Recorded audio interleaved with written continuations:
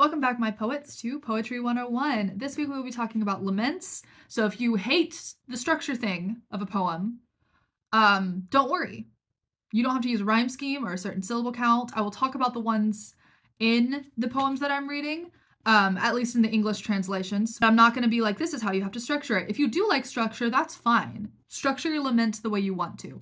A lament is a type of poem that is defined by the words used, meaning it is a type of poem that is typically a crying out. So a lament is a poem that typically comes from a place of anguish, where you are unable to understand the circumstances you are in, and you are asking God, why is it like this? God, come do something, come help, because things are bad. That is typically what we think of when we think of a lament. This is Psalms 4, we'll be reading Psalm 27, and then we'll be reading one that I wrote. These are all laments to God. That's kind of like where laments came from. They were made famous by King David, who wrote Psalm 4, and I'm pretty sure 27 as well. Yep. He is famous for having terrible things happening to him, and then he writes a song to God. And sometimes these laments are, everything is awful, I don't understand it, but he always sandwiches in those thoughts with, God is good, God, you have the power. And then in the middle, it's kind of like everything sucks, I really need you to come and do something. Which, same. I have that thought too sometimes. So here we go. Psalm 4. Answer me when I call, O God of my righteousness. You have given me relief when I was in distress. Be gracious to me and hear my prayer. O men, how long shall my honor be turned into shame? How long will you love vain words and seek after lies? But know that the Lord has set apart the godly for himself. The Lord hears when I call to him. Be angry and do not sin. Ponder in your own hearts on your beds and be silent. Offer right sacrifices. Put your trust in the Lord. There are many who say, who will show us some good? Lift up the light of your face upon us, O Lord. You have put more joy in my heart than they have when their grain and wine abound. In peace I will both lay down and sleep. For you alone, O Lord, make me dwell in safety. This is one of the lighter ones of David's laments. It's a good place to start. Sometimes in David's laments, it's really like God holds everything in his hands. He is so good. He has the whole world. He is in control, and it is his power that gives me the capability to stand. Now let me talk about how these people wronged me and how wrong they are and how it's not fair that they have all the right things and how I need better, so God, you better come move. Laments can be more light. They can be more, things are bad, but look to God in every verse, which is how this one is. Or they can be more, you suck, and God's gonna give it to you. Psalm 27. The Lord is my light and my salvation. Whom shall I fear? The Lord is the stronghold of my life. Of whom shall I be afraid? When evildoers assail me to eat up my flesh, my adversaries and foes, it is they who stumble and fall. Though an army encamp against me, my heart shall not fear. Though war arise against me, yet I will be confident. The one thing I have asked of the Lord, that I will seek after, that I may dwell in the house of the Lord all the days of my life, to gaze upon the beauty of the Lord and to inquire in his temple. For he will hide me in his shelter in the day of trouble. He will conceal me under the cover of his tent. He will lift me high upon the rock. And now my head shall be lifted up above my enemies all around me, and I will offer in his tent sacrifices with shouts of joy. I will sing and make melody to the Lord.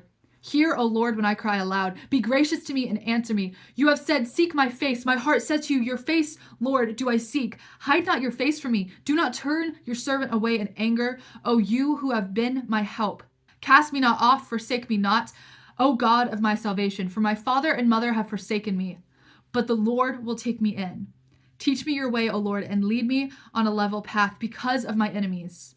Give me not up to the will of my adversaries or false witnesses that have risen against me. They breathe out violence. I believe that I shall look upon the goodness of the Lord in the land of the living. Wait for the Lord. Be strong and let your heart take courage. Wait for the Lord. You can kind of see how passionate David is. You can kind of see why this is called a lament. He is crying out, these people are awful. They have more than I do, but I know that one day. David is very good at bringing it back to hope. That is a strength that he has in his writing, and that is something that we can try to do when we're writing our own laments. We'll get there. Lastly, I have a poem called A Lament by me. I don't know if I've posted this one yet. I know it's not published.